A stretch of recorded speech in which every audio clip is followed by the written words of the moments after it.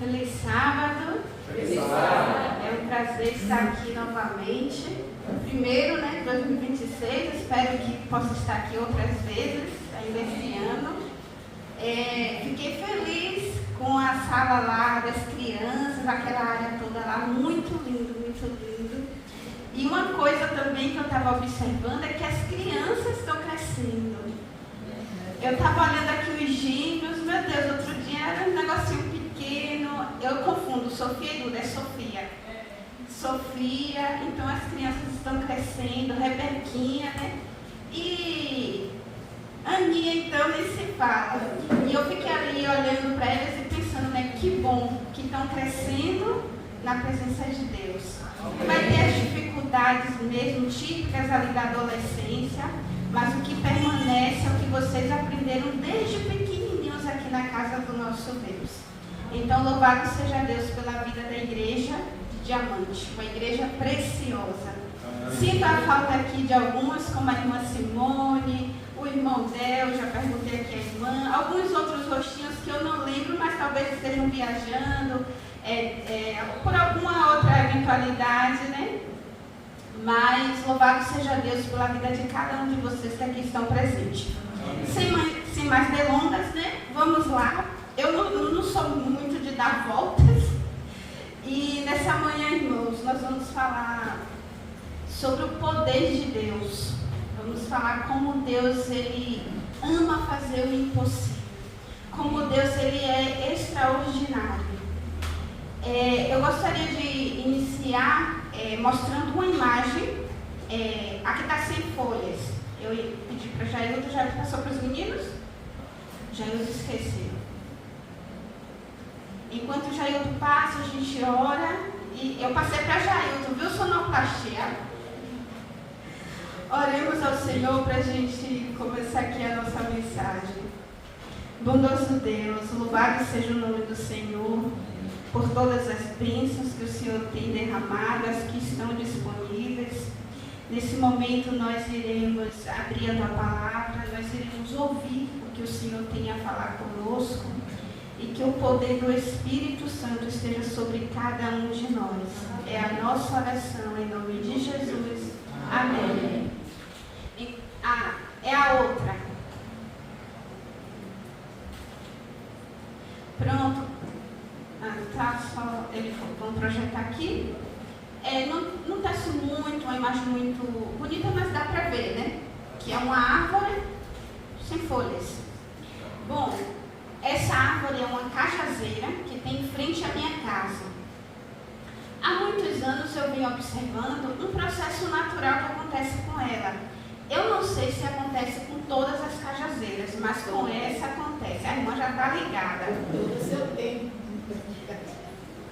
Quando chega o inverno, as folhas da cajazeira caem.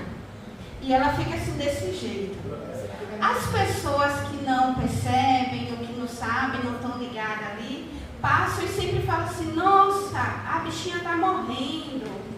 Olha para isso, será que colocaram veneno? Porque realmente o aspecto que ela fica é de uma árvore morta. E aí o tempo vai passando, o inverno passa e chega a primavera. Quando chega ali em meados de setembro, aí começa a surgir os primeiros brotinhos. E é muito interessante que começa nos galinhos, nas pontinhas. E o tempo vai passando e isso eu fico maravilhada, porque eu fico assim na minha varanda, vou fazendo culto e vou observando. E é incrível. E aí quando chega lá para setembro, outubro, novembro, ela começa a florescer. E fica um cheiro maravilhoso, fica linda, cheia de abelhas. Quando chega agora de dezembro para janeiro, os primeiros frutinhos, ela está lá, cheia de frutinhos. E quando chega ali por volta de final de fevereiro para março, começa a amadurecer. E aí começa todo o ciclo novamente. E pode passar outra imagem. E ela volta a ficar assim, frondosa. Ela fica linda, linda, linda. E aí, irmãos, quando Deus ele me chamou a atenção para essa árvore, foi num momento da minha vida em que eu estava como ela, seca, parecia que não tinha vida dentro de mim. Parecia que havia morrido. Parecia que a esperança tinha ido. E quando Deus chamou minha atenção para a árvore, e fui acompanhando o processo, e quando ela chegou nesse estágio, eu entendi o que Deus queria dizer. Que tem estações na nossa vida que nós somos assim. Para surgir com força, a gente precisa guardar energia, porque esse é o processo natural da árvore. As folhas caem por conta do inverno, elas, para se preservar, para se manter viva, então elas gastam menos energia sem as folhas. Mas a lição que Deus me deu é que tem períodos da nossa vida que parecemos que estamos mortos, parecemos que estamos secos, parece que não há vida. Mas a vida está ali, porque a vida é Deus. Amém. E em determinado momento, nós podemos surgir como árvores frondosas, como árvores que frutificam. E aí, quando eu estava estudando a mensagem, me veio logo essa imagem, a primeira imagem. Eu tenho ela, acho que desde 2021 ou foi 2022, guardada lá no celular, porque eu achei muito interessante. A que já estão com folhas, eu tirei, não lembro o ano, mas essa imagem aí foi de 2021 ou foi 2022. E eu guardei. E quando eu estava estudando essa mensagem, Deus me fez lembrar da lição que Ele havia me ensinado através daquela cajazeira. E Israel passou por um momento semelhante. Israel havia achado que não tinha mais esperança. Israel havia achado que Deus os tinha abandonado. Foi quando Nabucodonosor invade Jerusalém e Judá e ali sitia a cidade e leva o seu povo para o exílio, para a Babilônia. Mas Nabucodonosor só fez isso com a permissão de Deus. Porque Deus disse, olha, o povo está rebelde, o povo não quer saber de mim, o povo já ultrapassou todos os limites. Eu mando os profetas, mas eles não ouvem as mensagens dos profetas. Os profetas estão anunciando, olha, virá destruição, arrependa-se, volte-se para o Senhor. E aí o que acontecia? Vinham os falsos profetas e diziam assim, não, paz sobre Israel. O que Jeremias está falando é mentira, Jeremias é um doido, Jeremias, enfim. E o que eles faziam? Matavam os profetas, fazia com que as pessoas não dessem crédito às mensagens que Deus dava através dos profetas. E ali eles comiam, bebiam, casavam, se davam-se em casamento, e Sião vivia ali todos os dias como se fosse festa, como se nada fosse acontecer. Até que um dia Nabucodonosor invade Jerusalém, invade primeiramente Judá, e ali leva só a elite, leva o rei, leva ali os príncipes, e num outro momento, porque assim ele não invadiu e tomou tudo de vez, ele foi por etapas. E cada vez que ele invadia, que ele diminuía o poder de Jerusalém, ele levava uma parte do povo, até que só ficou os pobres nas cidades. Então, a mensagem que nós vamos estudar está lá em Ezequiel 37, e dentro do contexto dessa mensagem, quando Deus dá essa visão para Ezequiel, Ezequiel ele está exilado, Ezequiel ele está lá na Babilônia. E aí Ezequiel está muito triste, como todos os judeus estavam, porque os judeus choravam, os judeus se lamentavam, as harpas estavam lá no canto, não havia cântico nos lábios dos judeus. Por quê? Porque Sião foi tomada. O templo do Senhor estava lá em ruínas. Tomaram os utensílios da casa do Senhor, tiraram as portas, tiraram todo o ouro, toda a prata. Jerusalém estava irreconhecida. E quando derrubaram os muros, então o coração do povo foi junto. Então era só tristeza. E o povo que ficou lá em Jerusalém estava passando fome. A situação era tão crítica, que tinha mães que pensavam em comer os próprios filhos. Então, irmãos, a situação estava feia. E Jerusalém não conseguia ver esperança. Muito pelo contrário, nós estamos aqui porque o Senhor nos trouxe. Se caímos nas mãos do Senhor, quem é que vai nos livrar? Só que Jerusalém esquecia das promessas de Deus. Só que Jerusalém esqueceu da profecia, porque elas não deram ouvido ao que os profetas do Senhor falavam. Eles ficavam ouvindo o que os falsos profetas diziam. Porque se atentassem ao que os profetas do Senhor falavam, eles guardariam aquilo com esperança. Vamos passar pelo cativeiro, mas a promessa é de que nós voltaremos para Sião. A promessa é de que nós habitaremos Jerusalém. A promessa é de que nós vamos reconstruir o templo do Senhor novamente. Mas eles se apegaram ao cenário que estava ali. E num desses episódios, Ezequiel, muito triste pela situação, porque ele amava a Sião, ele amava Jerusalém, o Senhor aparece e diz o seguinte, capítulo 37. A mão do Senhor veio sobre mim, diz Ezequiel, e ele me levou pelo Espírito do Senhor a um vale cheio de ossos secos, e me fez andar de um lado para o outro. E vi que o número deles no vale era grande, e estavam muito secos. E ele me perguntou, filho do homem, estes ossos poderão reviver? Respondi, Senhor Deus, tu o sabes. Então ele me disse, profetiza sobre estes ossos e dize-lhes, ossos secos, ouvi a palavra do Senhor. Assim diz o Senhor Deus a estes ossos, farei entrar em vós o fôlego da vida, e vivereis. Sobre vós poreis nervos, farei aparecer carne, e estenderei pele. Porém o Espírito em vós, e vivereis. Então sabereis que eu sou o Senhor. Queridos, o Senhor chama Ezequiel e dá ele uma visão do vale ali de ossos secos. Nesse período aqui, o que acontecia? Quando existia guerras e um exército derrotava os outros, e ali havia muita matança de soldados, muitas vezes o lado vencedor não permitia que os soldados tivessem um sepultamento digno. Então, como sinônimo de desonra, de humilhação, de vergonha para o exército que perdeu, eles deixavam ali os corpos dos soldados expostos para que as feras ou as aves de rapinas comessem ali a pele, para que o exército que perdeu pudesse ver aquilo e ficar ainda mais horrorizado e sentir a sua derrota. E o que acontecia? Muitos desses soldados ficavam com o quê? Os ossos ali secavam, porque ficavam expostos ao sol, então secavam. Não sei se vocês já tiveram essa experiência de ver um osso seco, desidratado. Ele fica bem esbranquiçado, não é isso?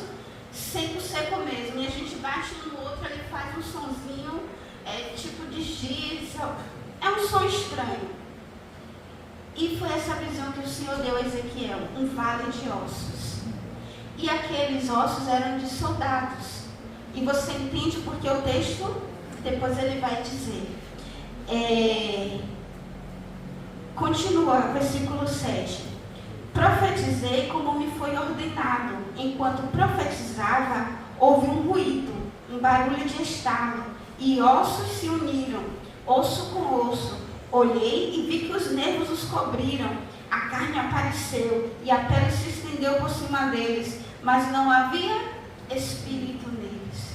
Então a visão que Ezequiel está tendo ali no vale de ossos, Deus diz, profetiza esses ossos. Só que antes Deus chama a atenção de Ezequiel e fala assim, você está vendo? Você acredita, Ezequiel, que esses ossos podem voltar a ser gente? E Ezequiel não diz sim nem não, ele fala, o Senhor é quem sabe. E Deus fala, então profetiza para você ver. Diz a esses ossos secos e você vai ver o que eu farei. E assim ele diz, ouve ossos secos, porque não sou eu que estou falando, foi o Senhor que disse. O Senhor disse que é para vocês ouvirem a palavra dele. E a Bíblia vai relatando ali que na visão os ossos ali foi se juntando. Agora imagine a cena aí. Um vale de ossos, costela com costela, tíbia, rádio, escápula. Imagina aí o cenário, só Deus mesmo, né? E de repente aquele vale de ossos secos se forma um exército ali sem vida, com carne, com olhos, com os órgãos, mas ainda não tem vida. E Deus fala assim, o essencial está faltando. Mas Ezequiel, o que é o fôlego de vida para mim? Para alguém que fez esses ossos terem pele novamente, terem tendões, o que é impossível para mim, Ezequiel? E o Senhor diz assim: ordena para que entre neles o espírito de vida.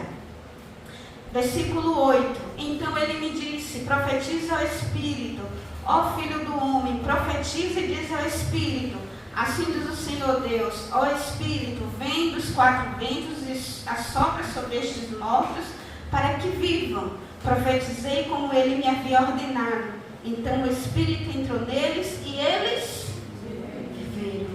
E a Bíblia diz que eles fizeram o quê? Eles se puseram e eram o quê? Um exército. Mas não era qualquer exército. Era um exército sobremodo numeroso. Entende por que aquele vale de ossos eram ossos de soldados? Porque não foi uma nação que ficou em pé, foram soldados. E Deus, ele chama a atenção de Ezequiel. Ele fala: assim eu farei também com a casa de Jerusalém. Vamos ler, vamos deixar que a Bíblia fala. Versículo 11. Então me disse: filho do homem, estes ossos são toda a casa de Israel. Eles dizem: nossos ossos secaram-se e a nossa esperança morreu. Fomos totalmente exterminados. Portanto, profetize e diz-lhes: assim diz o Senhor Deus, eu abrirei as vossas sepulturas, eu vos farei sair das vossas sepulturas e vos trarei a terra de Israel, ó povo meu. E quando eu vos abrir as sepulturas e vos fizer sair, sabereis que eu sou o Senhor, ó povo meu. E porei em vós o meu espírito e vivereis. E vos porei na vossa terra e sabereis que eu sou o Senhor. Disse e cumpri isso, diz o Senhor. Então o Senhor, ele já fala como alguém que já cumpriu a sua promessa. Mas, queridos, vocês podem prestar atenção na diferença entre a primeira parte, quando ele fala para profetizar para os ossos secos, a palavra espírito está ali, é de forma minúscula. Então, simbolizando que era o fôlego de vida, que era o ar. Mas aqui, quando Deus ele dá o significado, que aquele vale de ossos secos é a casa de Israel, Deus aqui já fala da pessoa do Espírito Santo. Amém. Deus aqui ele já está dizendo que quando o Espírito Santo ele agir na casa de Israel, ele vai tirar Israel da sepultura. E percebam, Deus não nega a condição de Israel. Deus não nega que Israel está morto. Deus confirma que realmente vocês estão mortos. Vocês estão dentro da sepultura. Queridos, quem está dentro da sepultura cheira a quê? Fede. Quem está morto, fede. Essa era a condição de Israel. Mas ainda assim Deus diz o que? Vocês são o meu povo. Ó povo meu. Eu vou tirar vocês de dentro da sepultura. Eu vou trazer vocês à vida. E eu vou colocar em vocês o meu Espírito. Amém. Essa mensagem, queridos, ela pode ter e tem 3 aplicações. Que a primeira ela é destinada, como a própria Bíblia vem dizendo aqui, do significado dela. Essa visão era para Israel. Era a situação ali de exílio que Israel vivia e que o Senhor iria tirar Israel daquela situação. Mas essa mensagem aqui também, ela pode ser dirigida para a igreja como um todo. Porque nós podemos olhar para um lado e para o outro e dizer: meu Deus, o que é que está acontecendo com a tua igreja? Senhor, essa é a tua igreja mesmo? Esse é o teu povo que vai proclamar o teu evangelho? Esse é o povo escolhido do Senhor? Esse é o remanescente fiel, vivendo dessa maneira, comendo dessa maneira, dizimando dessa maneira? É esse teu povo? E Deus fala assim: é o meu povo. E eu farei eles sair das sepulturas. E eu vou colocar neles o meu espírito. E eles irão viver. Amém. Quando nós sairmos do negacionismo, quando nós pararmos de negar a nossa situação, quando nós reconhecermos a nossa condição, Deus ele entra em ação. Amém. Como eu disse anteriormente, Deus ele não negou aqui que Israel estava morto, fedendo. Ele não negou. Mas ele disse, olha, embora vocês estejam assim, eu tenho o poder de recriar. Amém. Quando eu li esse texto aqui de Ezequiel, irmão, só me veio à mente o cenário da criação. Só me veio à mente Deus ali criando Adão. Só que aqui Deus, ele não pegou do barro, ele não criou do nada. Aqui Deus, ele pegou pessoas que já haviam sido formadas. E mais uma vez Deus está dizendo aqui, eu sou o Senhor que tenho o poder de recriar. Amém. Quando Deus ele pergunta a Ezequiel, Deus ele traz Ezequiel para essa reflexão. Ezequiel, o que é impossível para mim, Ezequiel? Você só está olhando as circunstâncias. Você só está olhando para o exílio. Você só está olhando o povo passando fome. Mas você não vê, Ezequiel, que esse povo está fazendo coisas que já passou do limite. Esse povo que é meu, Ezequiel, estava pegando os seus filhos e coisa que eu nunca ordenei, coisa que eu nunca pensei, estava oferecendo em sacrifício. Ezequiel, meus sacerdotes estavam fazendo rituais para outros deuses. Ezequiel, esse povo meu, ele de manhã estava me louvando, estava louvando a mim, e de tarde esse povo estava lá dançando e adorando, louvando a outros deuses. Mas sabe, Ezequiel, eu sou o Senhor que tem o poder de do nada criar vida. E eu sou aquele que tem o poder de trazer a vida àquele que está morto. Amém. E sabe, irmãos, Deus ele tem esse poder. Ainda que a igreja pareça que está abalada, pareça que esteja prestes a uma ruptura, é a igreja de Deus. E eu não estou me referindo à placa adventista do sétimo dia. Eu estou falando de um povo. Eu estou falando de uma igreja espiritual. Eu estou falando de uma igreja que tem a Bíblia como regra de fé. Eu estou falando de uma igreja que tem consciência do seu chamado. E Deus, no tempo determinado, Ele vai reavivar o seu povo. Amém. Uma irmã, ela chegou para mim chorando e falou assim, Mari, eu não estou bem espiritualmente, eu estou me sentindo assim, eu fico me perguntando qual é o sentido e tal. Eu falei assim, minha irmã, apenas continue, mesmo que você não esteja sentindo nada, continue. Queridos, a gente não tem outra opção se a gente quer ver Jesus voltar, a não ser continuar. Sentindo ou não, a gente precisa continuar. Às vezes sem força, mas a gente precisa continuar. Às vezes a gente vai olhar para um lado, para o outro, a gente vai ver problema em tudo. Eu já fui essa pessoa que olhava para a igreja, via problema no líder, via problema na estrutura da igreja, via problema nas outras, via problema em tudo.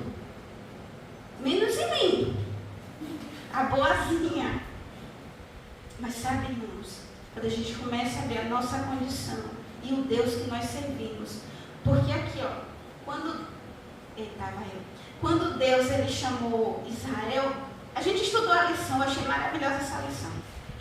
E aí eu estava conversando com o Rosilda, eu falei assim, mas eu chamei até Deus, mas Teté, Deus não já sabia que Israel era um povo cabeça dura? Deus hoje fala assim, olha, se santifique e se apresente a mim. Aí o povo santificava, se apresentava. 2 dias depois o povo estava o quê? Rodopiando diante dos outros deuses. Gideão vai lá, faz aquela coisa, Deus me manifesta o poder. No final, pode ler lá, ou no final da história de Gideão pega uma capa, pede brinco, pede joias, funde e faz dali, e a Bíblia fala assim, e aquela capa foi uma armadilha para Gideão. Irmãos, Deus já sabia quem era Israel. E você acha que Deus ele não sabe quem sou eu e você? Será que Deus ele não sabe que a gente não tem condições de fazer certas coisas? Mesmo que a gente tenha boa vontade, será que Deus não sabe que a gente, uma hora ou outra, vai ter ali um deslize? Mas não é sobre eu e você. É sobre Deus.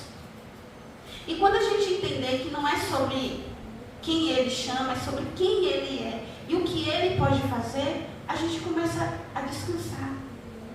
A gente começa a aceitar algumas coisas, alguns processos. Deus sabia quem era Israel. E Deus queria que Israel soubesse quem ele é. E nessa manhã Deus está dizendo assim: igreja de diamante, eu sei quem são vocês. E eu quero que você saiba quem eu sou. Eu sou o Deus que tem o poder de recriar. Eu sou o Deus que tem o poder de ressuscitar.